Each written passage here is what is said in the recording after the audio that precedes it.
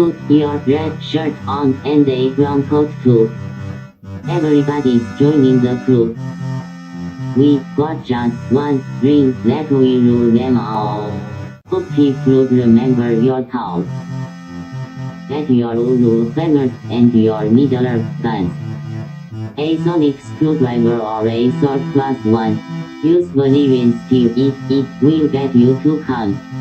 To the pit tank. To the pit tank.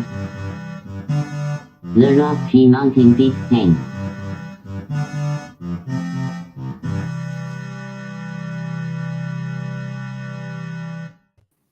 Hi, I'm Guy, I am Troy. and this is Geek Tank. Your Where Did the Top of Guy's Head Go size podcast. Yeah, I know, right? I'm like, Yeah. where is?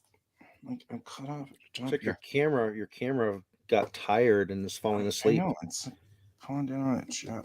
Ooh. Blue pills for your camera. Now watch, I'll sit down or something, and then it'll be like, and then it'll be like just yep. There you okay, go. there we go. We're ready to go. Now we can just edit and post the top of your head on We top can of just the put other them one. together. Yeah, that'll work. Yep. How you been, Guy? I've been fine. How are you, Troy? Doing good. Been having disappointing coffee incidences where I just can't seem to find coffee that's quite tasting the way I want it to taste. Like I've got like 3 different bags of open coffee now, and I just don't particularly like them. So I was going to have you and Mariah try them and see if you like them, because if you like them, then they're totally yours. Sweet.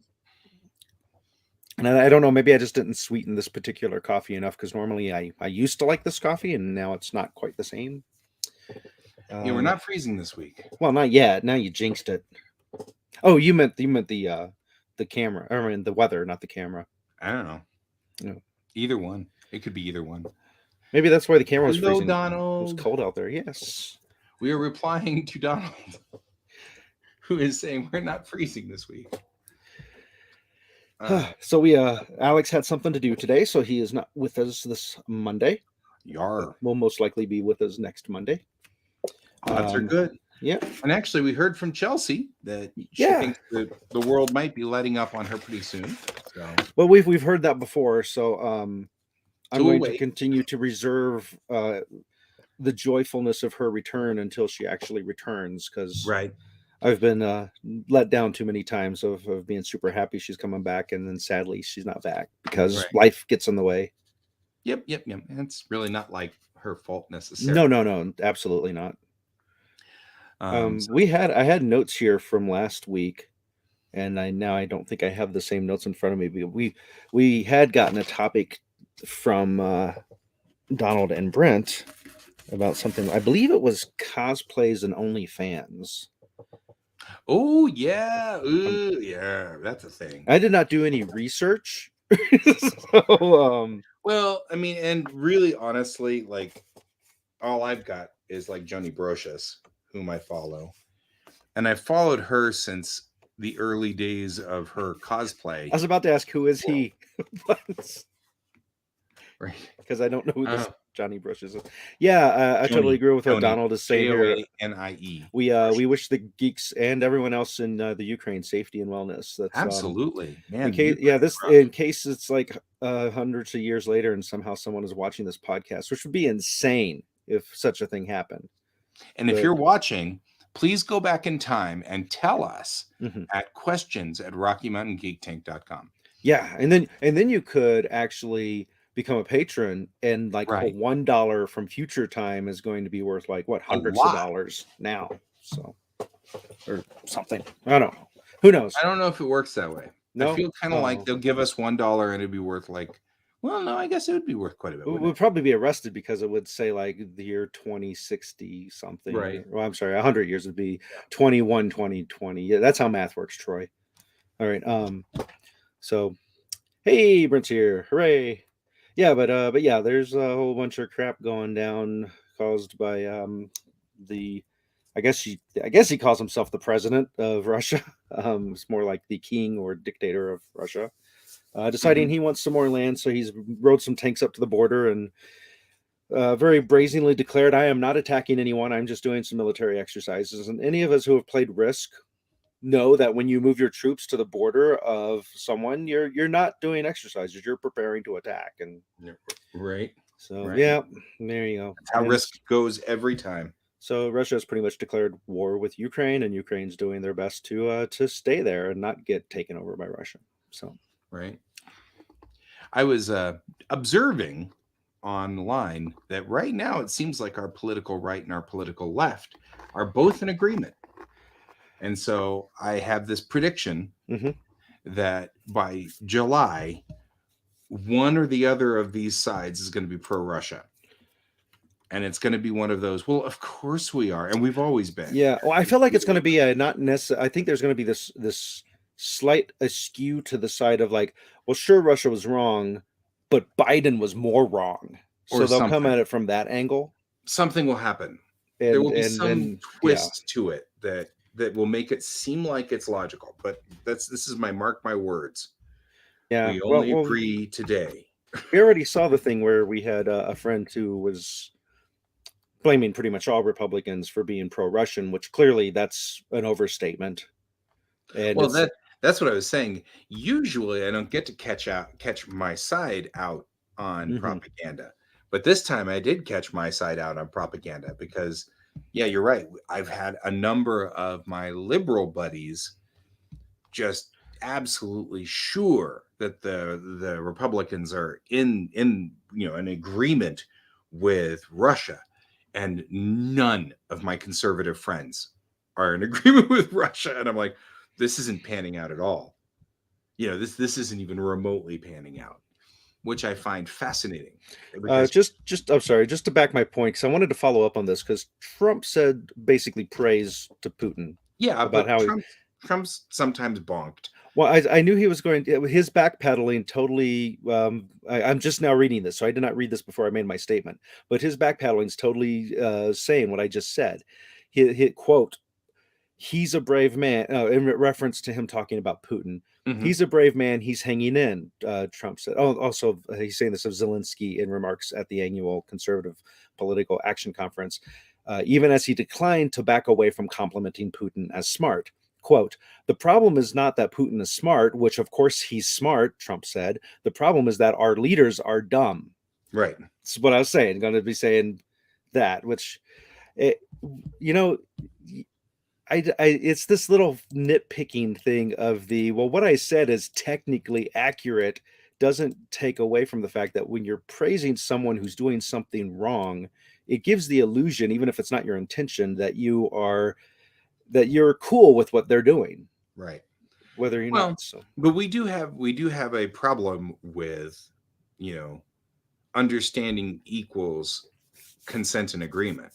Mm. Which is a problem that I've had. I have often said Adolf Hitler did amazingly brilliant moves during World War II. That does not mean I agreed with what Adolf Hitler did. Right. He was ruthlessly efficient and wielded public opinion in a very amazingly efficient and appropriate way to control people.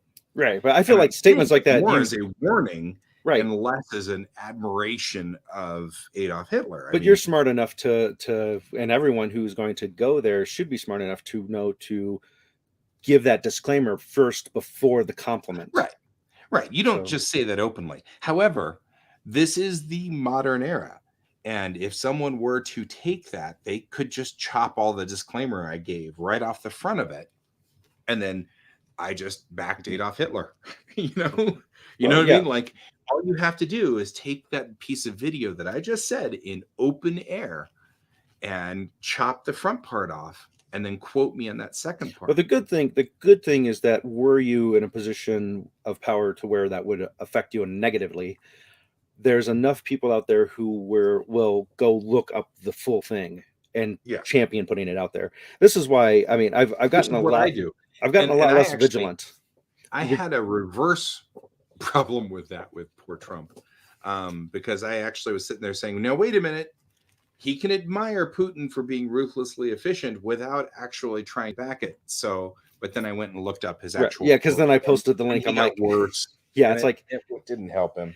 yeah, the problem is with him. I've tried to give him the benefit of the doubt enough, but then every time I research it and look into it, it's like, nope, he really did He step in really it. is. Yeah. So it's, He did step in it. I But mean, I feel but bad here for again, Republicans.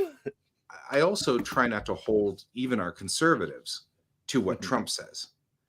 Right. Because many of my conservative friends don't back Trump.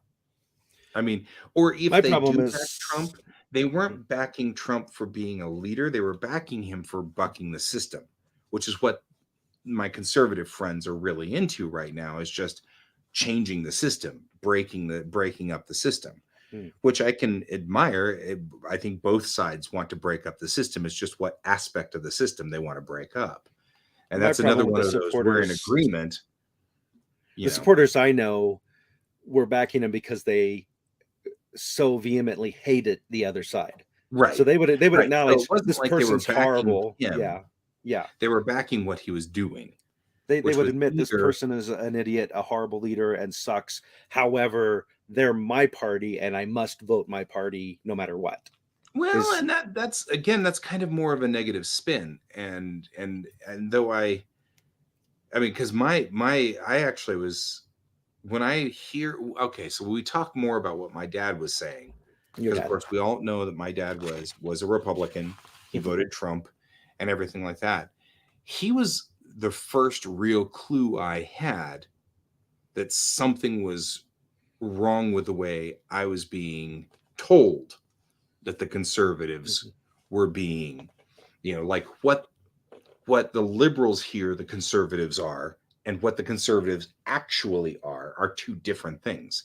Just like the other side, the reverse is true. What the conservatives are being told the liberals are and what the liberals actually are two completely different things. And that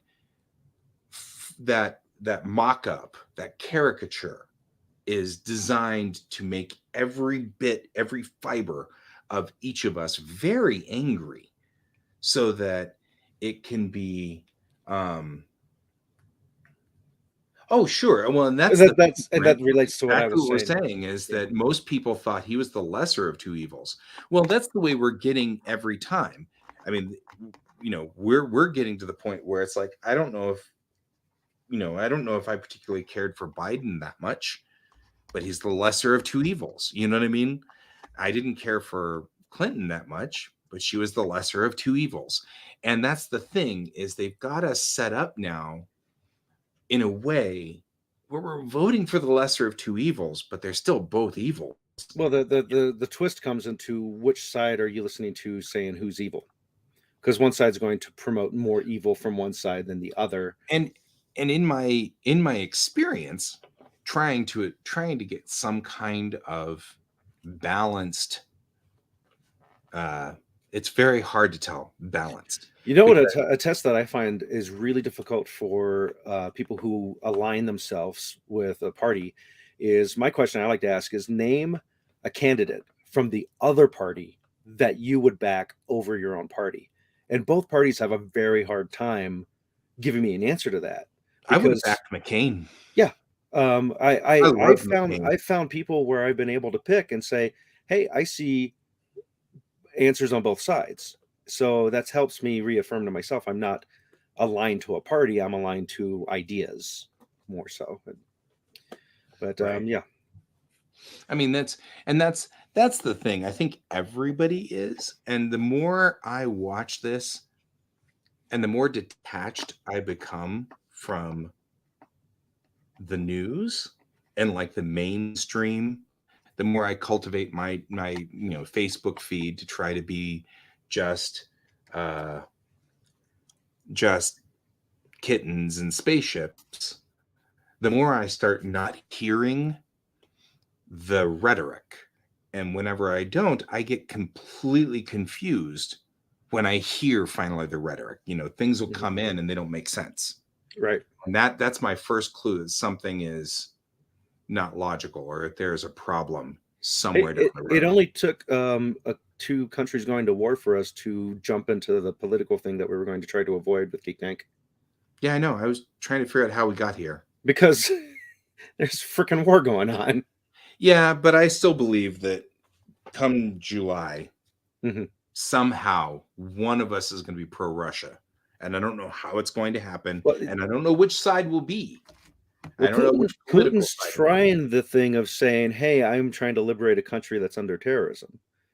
So all it's going to take is one of the parties latching into that rhetoric and playing off of it and saying, "Well, you see, what was happening wasn't all that bad." And Right. once you get that Well, I've already seen propaganda, a couple of, I presume that they're bots, but I've already seen a couple of people on Reddit, where we'll start a Ukraine thread and somebody will say, well, Zelensky, killed people and was a murderer and, stuff like that. So I'm already seeing pokes and prods and attempts to get into this as a pro-Russia, it's a good thing we're getting rid of Zelensky sort of concept. Hmm. So I'm already seeing that threading in. They're pretty transparent right now because it's either obviously untrue or it's picking on the fact that Zelensky was an actor and he was a comedian and he was a lousy leader up until like last week when all he's really done is get on TV and that kind of stuff. So picking on that aspect, that's probably an easier wedge to get in than to say that he did things that you can patently find out he didn't do. Mhm. Probably an easier wedge to get in on the aspect of he's a comedian and stuff like that. But we've sadly he's not the first actor leader we've had. We had Ronald Reagan too, so this is not an uncommon thing for us to put. and it very actually, very recently a reality TV show person. right. So I mean, really, honestly, though, the more I think about this, I've been thinking about the status of how wars play out. Wars in the 20th century were very much how many guns can you put into a fight? Wars in the 21st century are how many hearts can you win? And there really is a difference now because we're backing Ukraine simply because they are live streaming every day as the Russians shell, orphanages. That's a different aspect.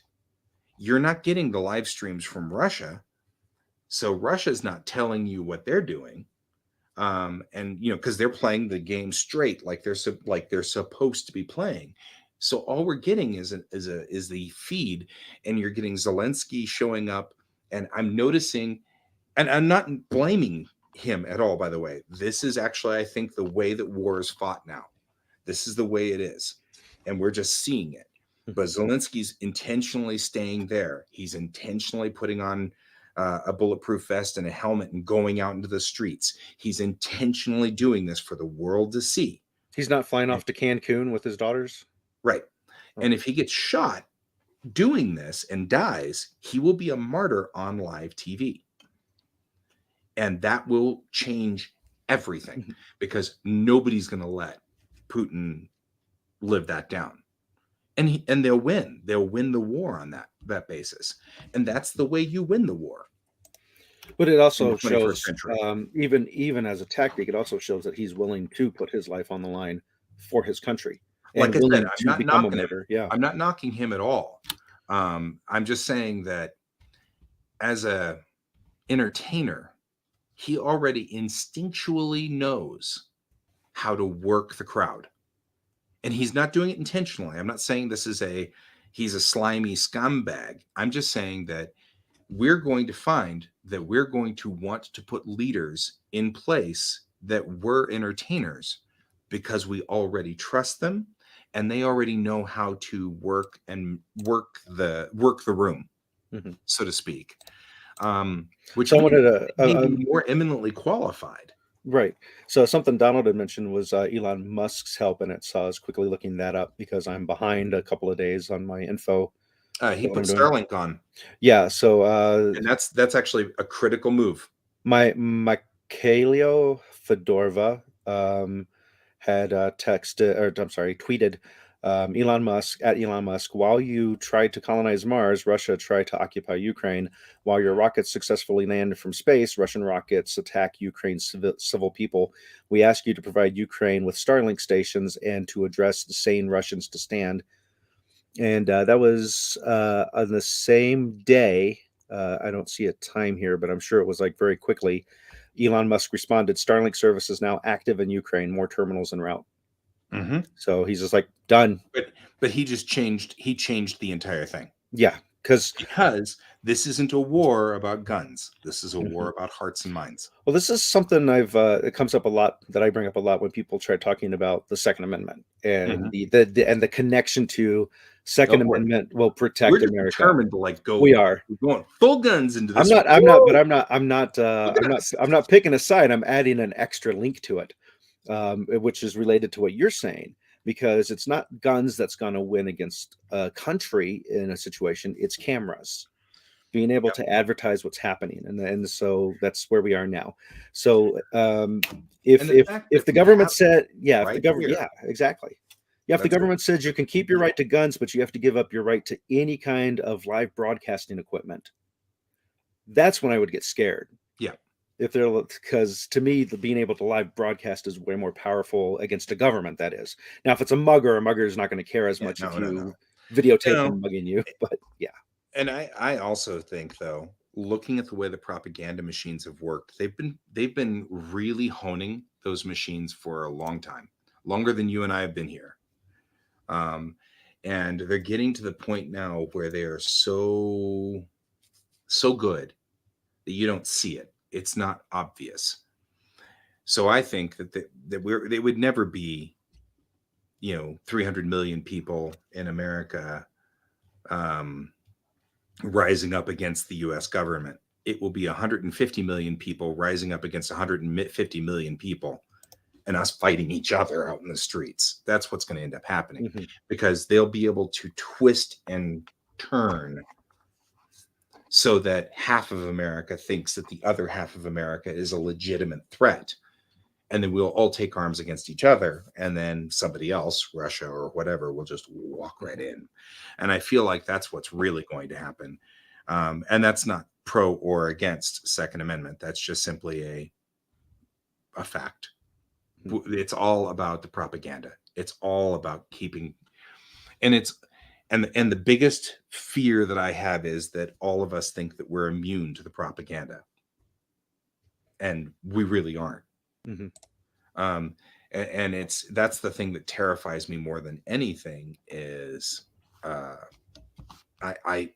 see people on my side going, well, I know that there's propaganda, but obviously it's the other side that's getting it. And then I'll hear the other side say, well, I know that there's propaganda, but it's obviously the other side that's getting it. And nobody is willing to believe that they're being hornswoggled too. And as soon as I start looking at that, I'm seeing. So I talked about with a friend that I was having a discussion with. There are like 4 steps to this, and I'm already seeing all 4 steps in play.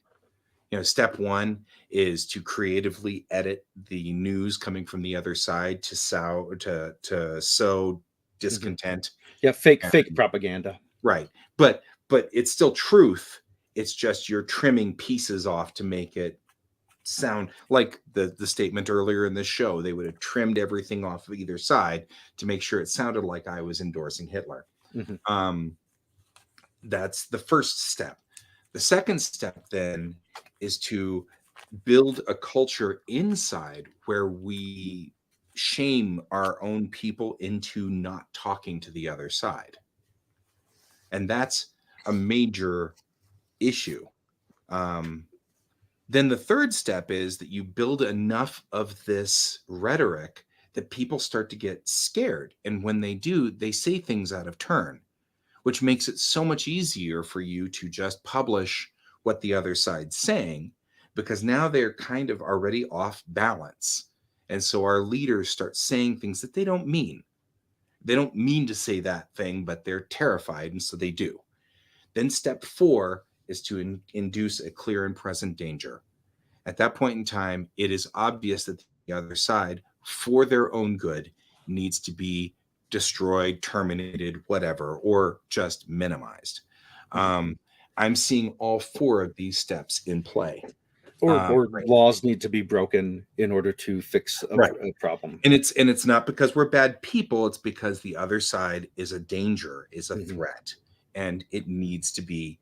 I mean, we've been seeing this. This is actually how upper level Republicans justify gerrymandering, is because It's you for their don't- own good. It's for, yeah, because they know that no matter what, you've got more population in a city than you do out in the burbs, out in the fields. And that more population in the city is usually Democrat, usually blue. There's a threat there, because that means if you give a balanced 1-to-1 ratio, it's always going to go blue. Everything will always go blue. And so it's a threat to all the conservative belief systems and this propaganda that if you let the liberals have control, they will destroy everything. So we have to redistrict. We have to keep the balance, to hold the balance. And for anybody coming in just now, Guy is talking in third voice of. And third voice. This is not his voice. He's not saying what he believes, just in case. So. But I have noticed this. I mean, this is like something I have noticed, which is talking to people about gerrymandering. Anybody who approves of gerrymandering, that's usually their defense is, but you can't just have, you know, I mean, imagine what would happen if LA voted for everybody, you know, because LA's got the population to pretty much just vote for California every time. Every vote in California could go against LA, and LA could just switch the vote. It's the same here in Colorado, right? I mean, Denver is blue, and so is Boulder. And, you know, the votes of Denver and Boulder combined are more than every other vote in the entire state.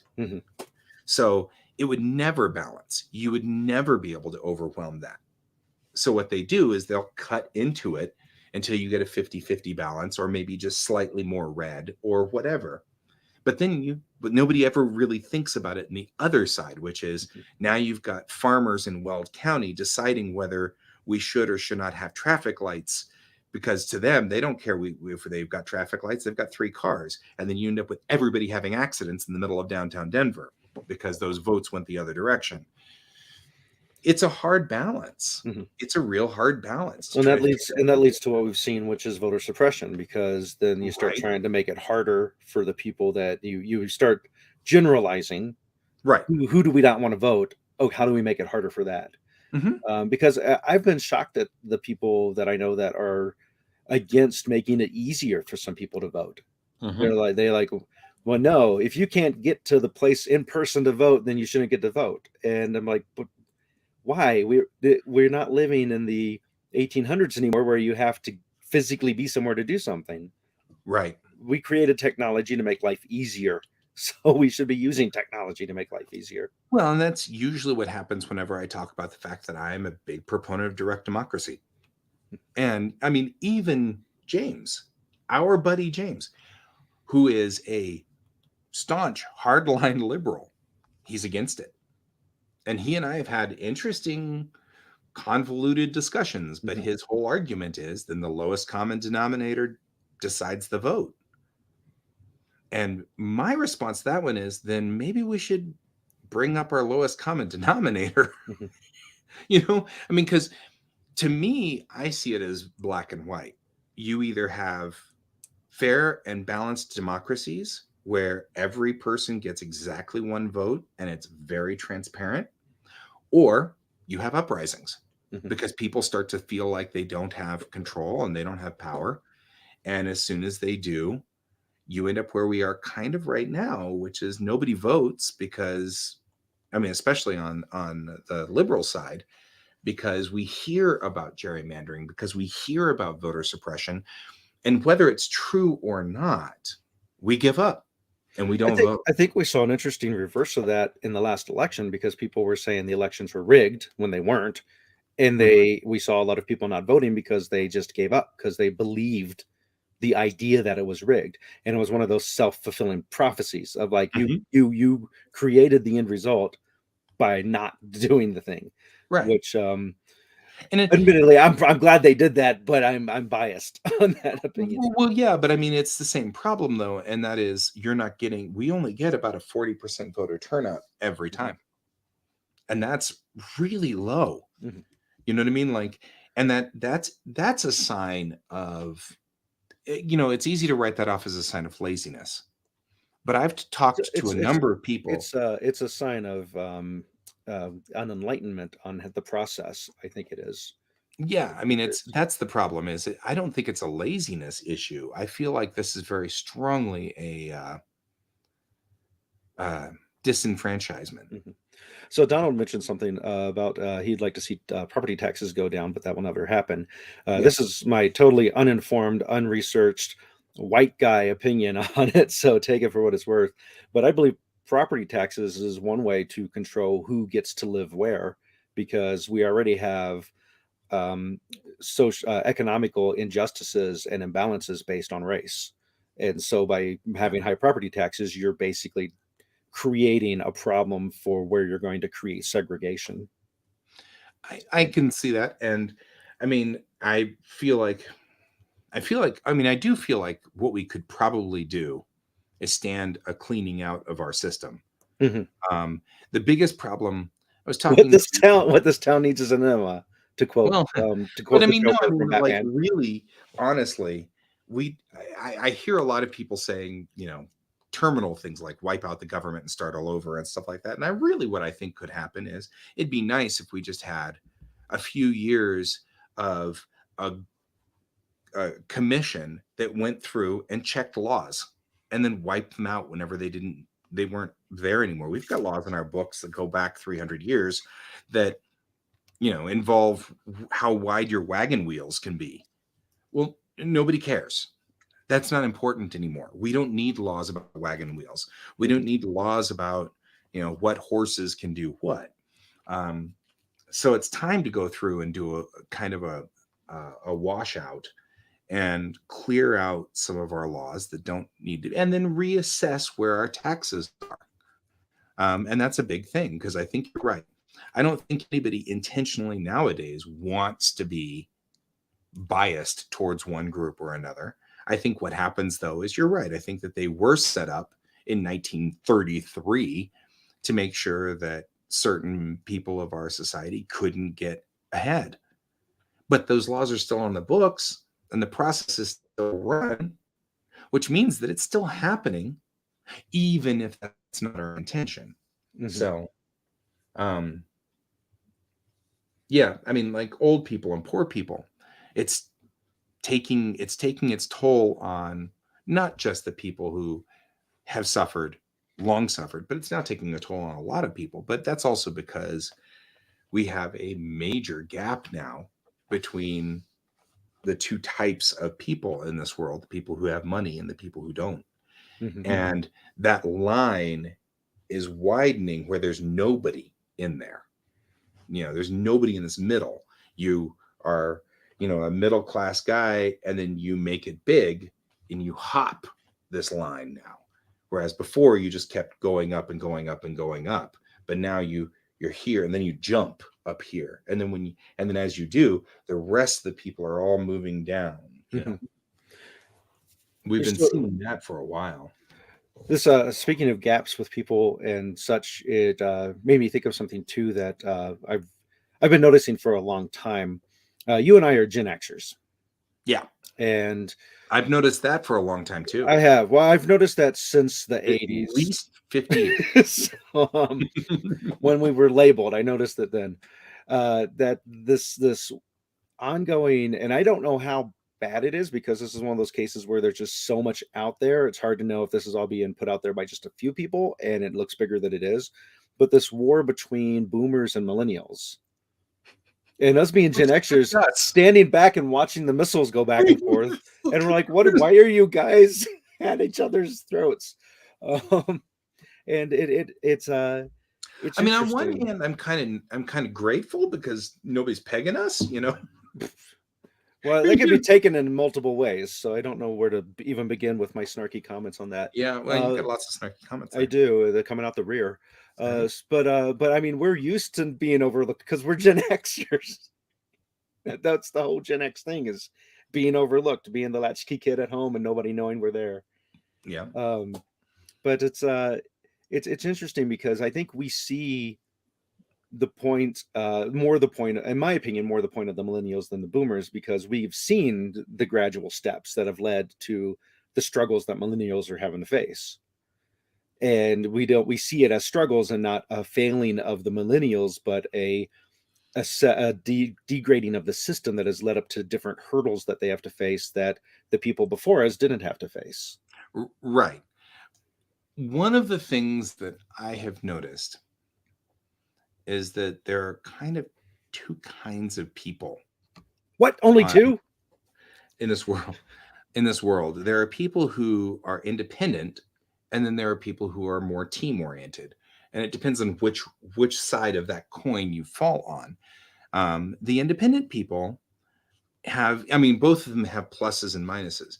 The independent people tend to believe that any failings that happen in your life are because of you.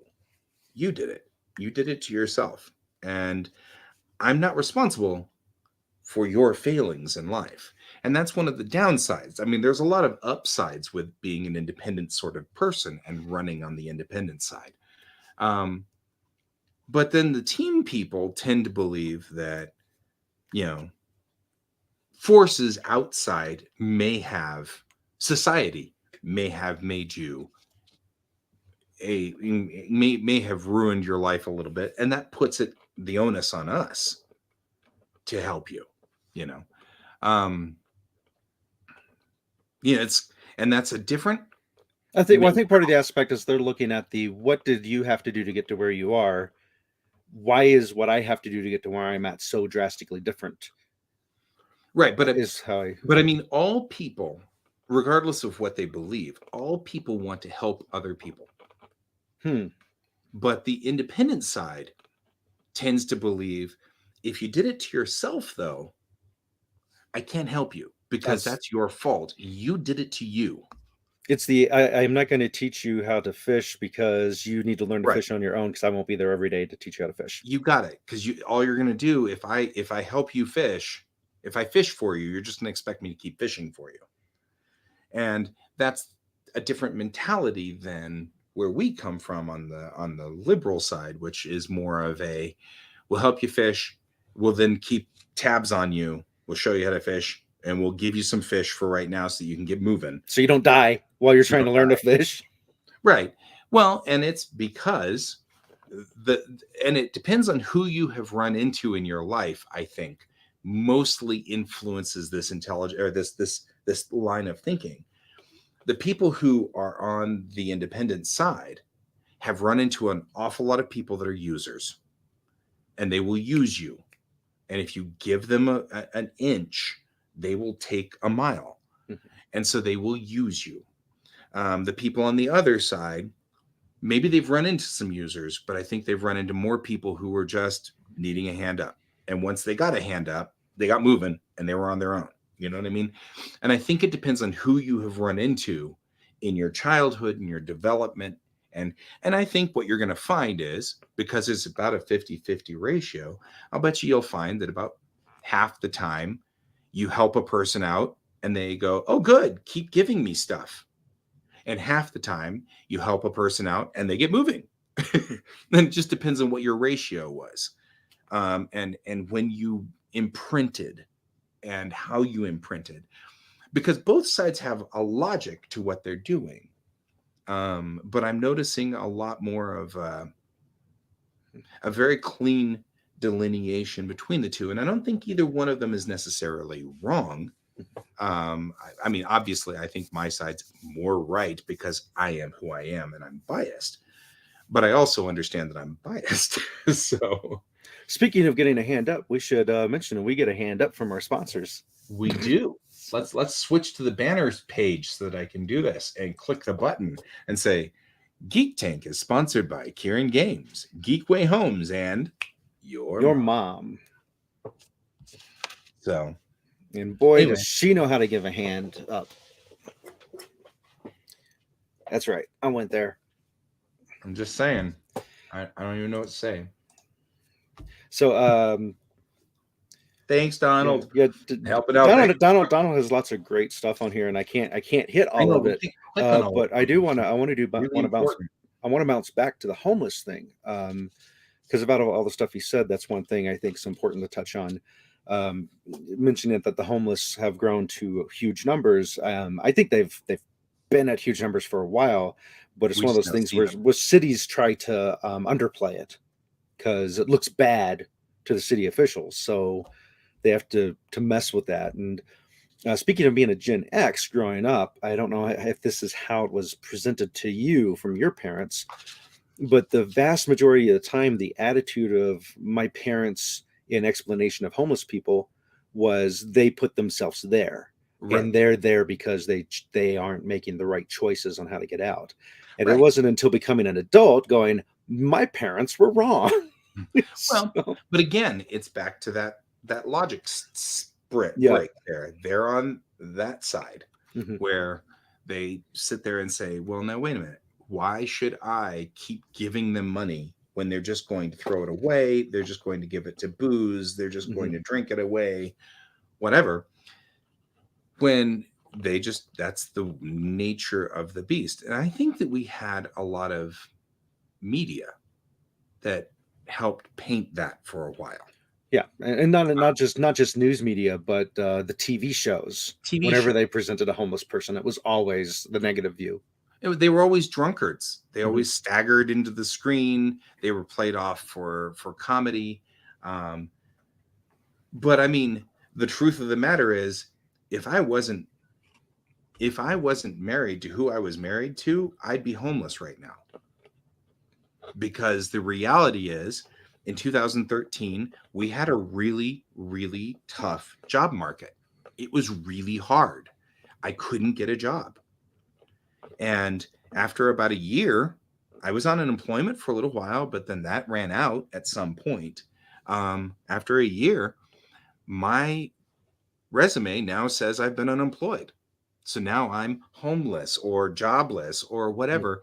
And it is, I mean, I might as well just give up for the rest of my life because there's no way. I'm aging, I'm getting older.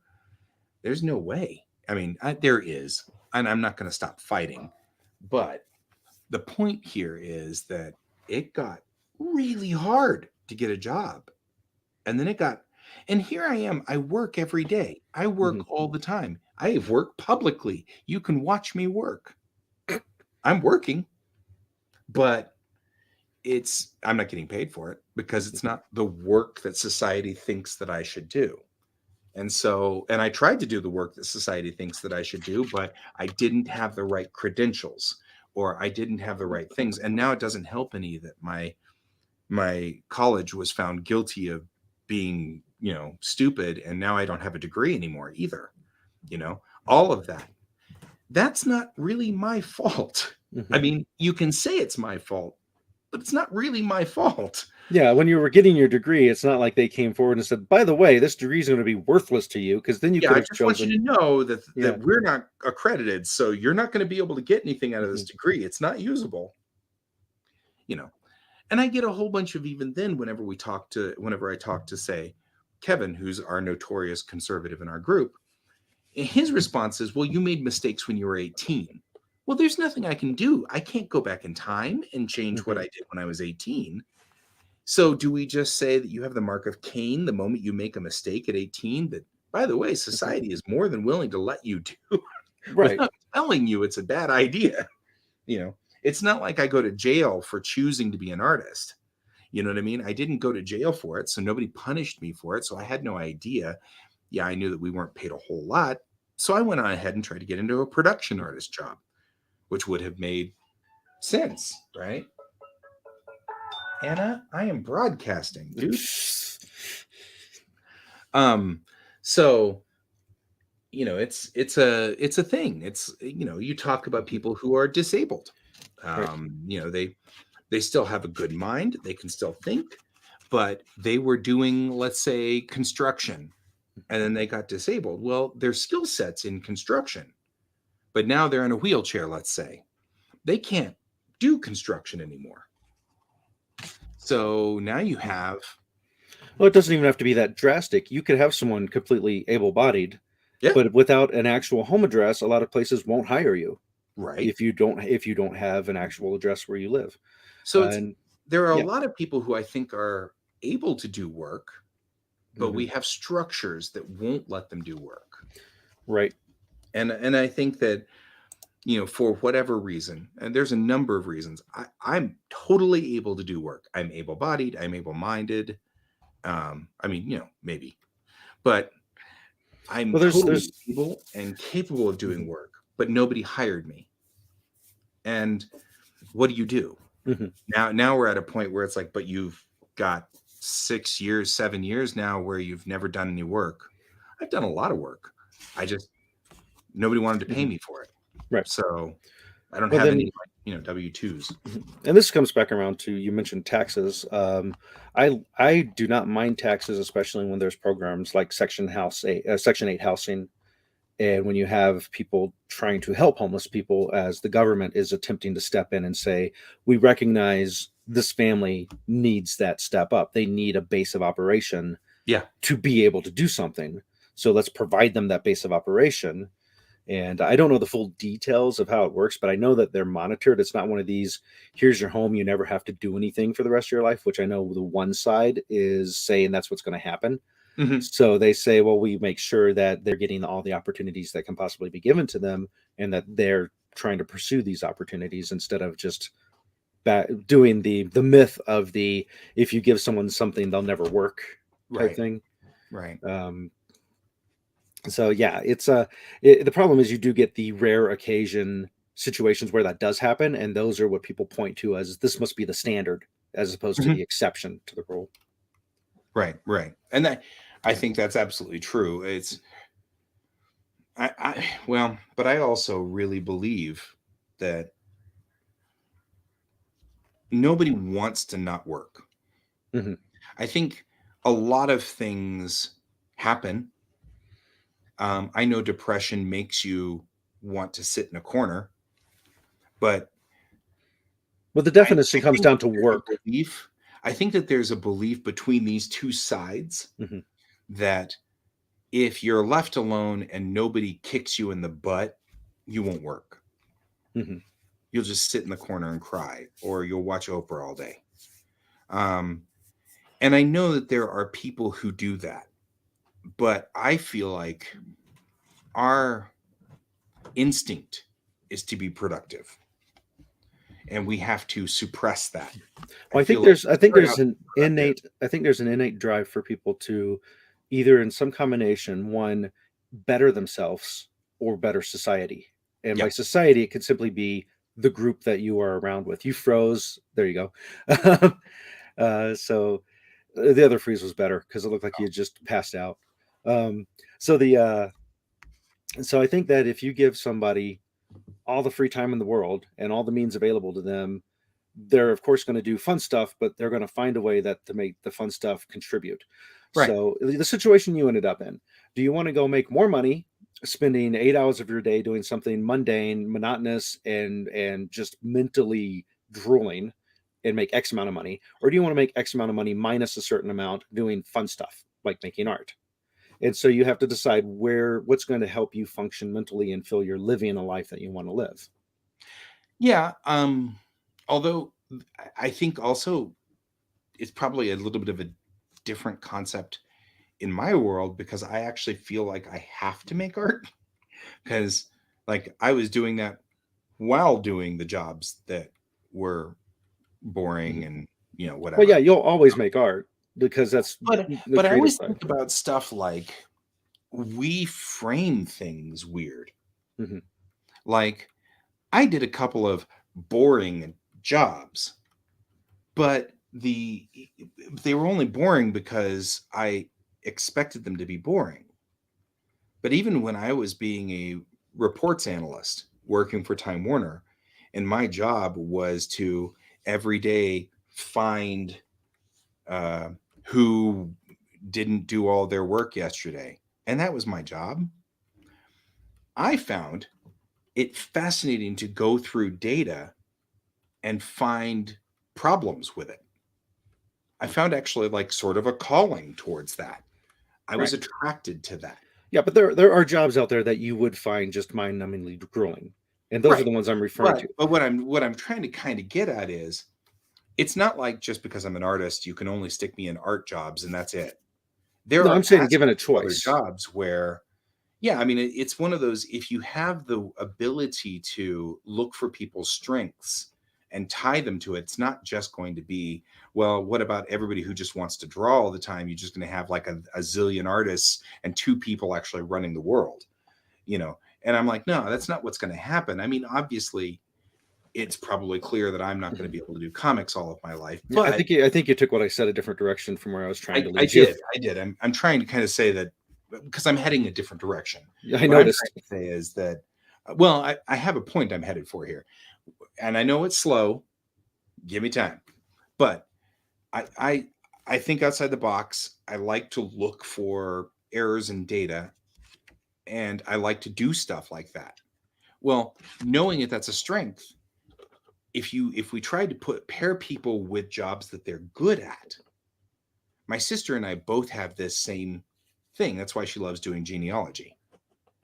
She spends hundreds of hours researching data and people and verifying and cleaning up the data, and it's very attractive, and I like that too. It attracts me as well. I'll go in there and double check her data, and she double checks my data, and we're all happy as clams.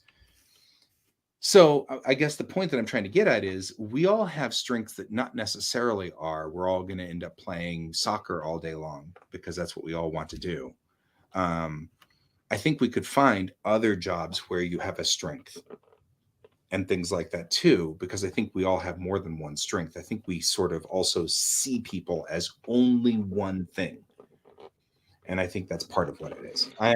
I don't know where you were going, but I had a Well, point unfortunately, you there. can't pick the job you want. You can't just say I'm good at this thing and I want this thing, or you can't try a bunch of different jobs. Sometimes you just can't get any job except flipping burgers. Right. Unless if you go the route that you're saying, where it's like, well, I'm going to focus on the fun part of I couldn't flipping even flip burgers, burgers. That was really aggravating. which I find really weird. But I was I overqualified for mm. everything. They wouldn't hire me. Yeah, but I that's when went you and lie on your applied to all the resume. fast You food go on your restaurants. resume and say, I have no experience and I have no college, and they'll hire you. That actually, well, yeah, except that they asked me. Mm-hmm. I'd have to have lied. And not only that, as a 50-year-old man Mm-hmm. who obviously has, Well, like I'm driving a decent car, I'm wearing decent clothes. mm-hmm. So they that was their first thing. They're like, what are your qualifications? And I could have just lied and said nothing. You could say to them, "Do you want me to be hired or not?" And in Right. my Well, and that's actually what Dad said. And I said, Mhm. oh, I'm sure that would have gone over really well. I didn't Hmm. try it. I know I've been, I guess, blessed in that I've been able to walk into a place and get a job immediately. Pretty much is how it works, regardless of where. My problem is being ADHD is I can't stick with the same thing if it's going to be the same thing all the time. Right. Boring. Um, I had a job that was great at one point because the job required to be really good at multiple things at any given moment, which worked Hmm. fantastic for me. Um, but it's one of those things of, I agree with you, Donald. yeah, it's lying if you go that way. But the question becomes, do you want to lie and have a job, or do you want to be homeless and not eat? Right. When you're given those Well, two choices. but that's true of anything. As time went on this one, and I hate to cut you off. As time went on, I learned that part of my problem was that I wasn't lying enough on my resume. I was showing that my career as a person was spotty.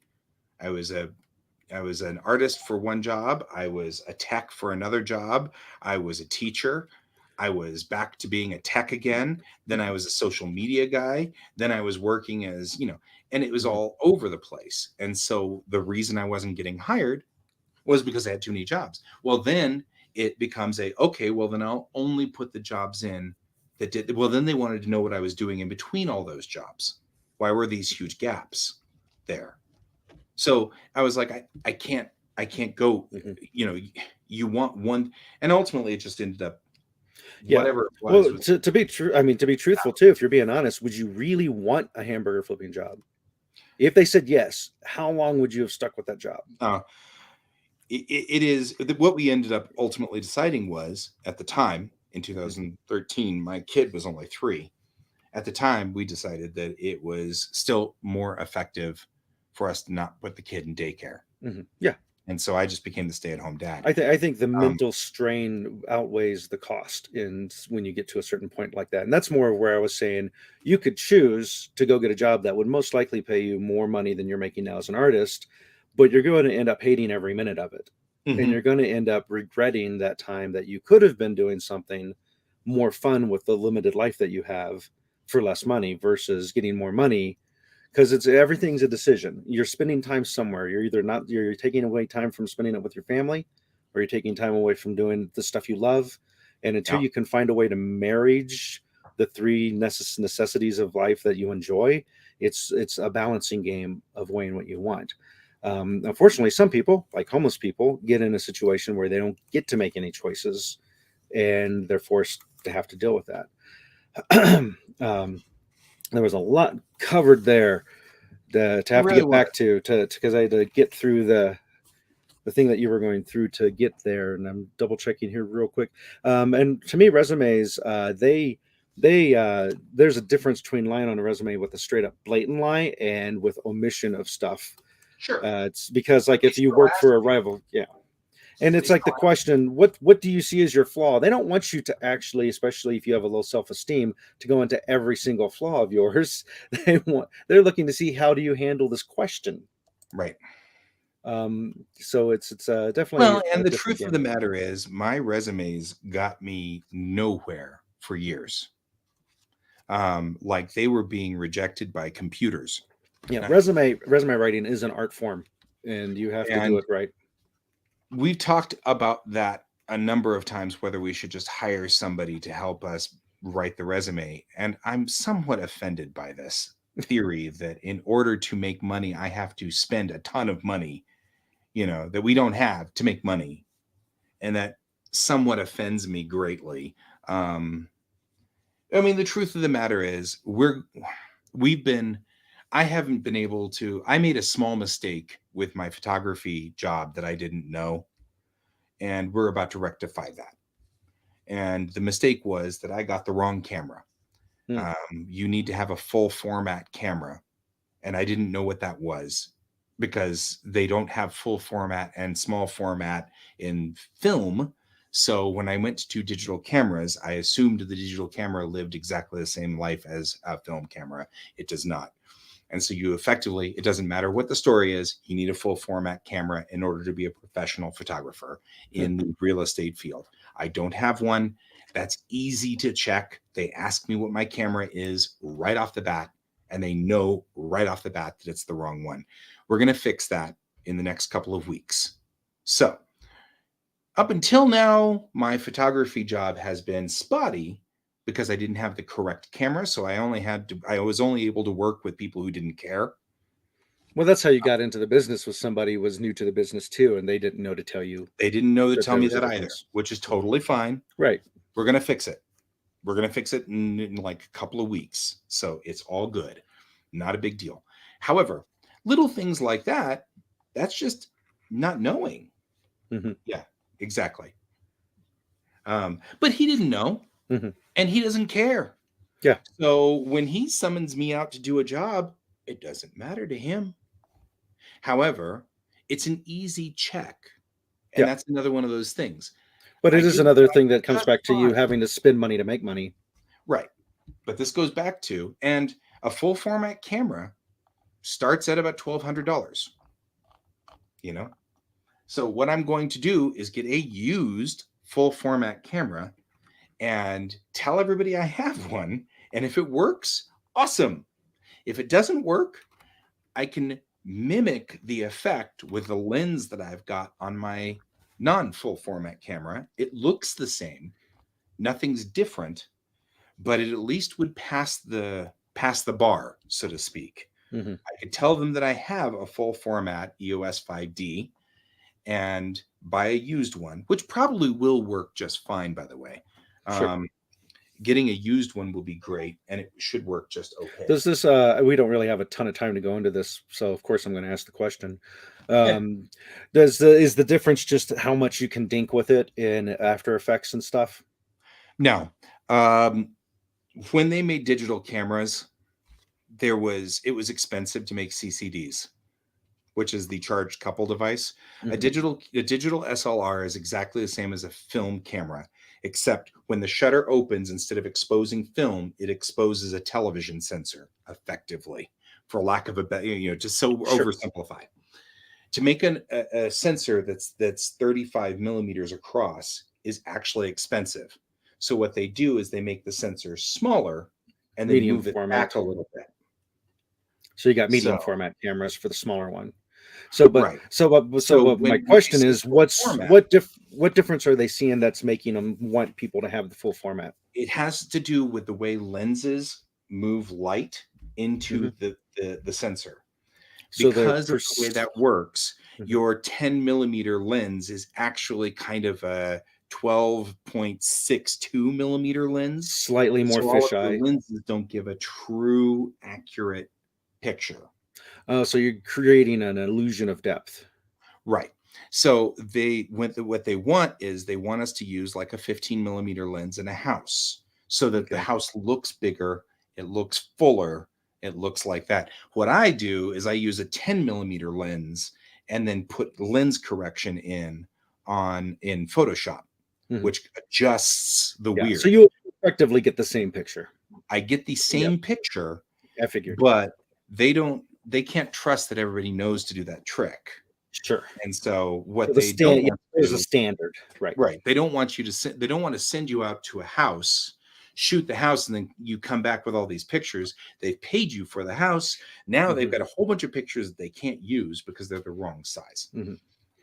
Because This doesn't surprise me. There's a house not far from here that's for sale, and Tara was showing me the pictures, and she's like, "I've seen the outside of the house. Unless if it's a TARDIS, it's not this big on the inside." it isn't, It isn't. and They just use the pictures like that. Yeah. we use that as it's a trick. Yep.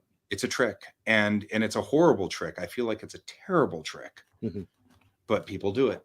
Yeah. And it's the standard now, and it's one of those things where we all do it, because if you don't, then people are going to look at the house next to your house and they say, well, the house next door is 5 times the size of your Mhm. house, so we'll buy that.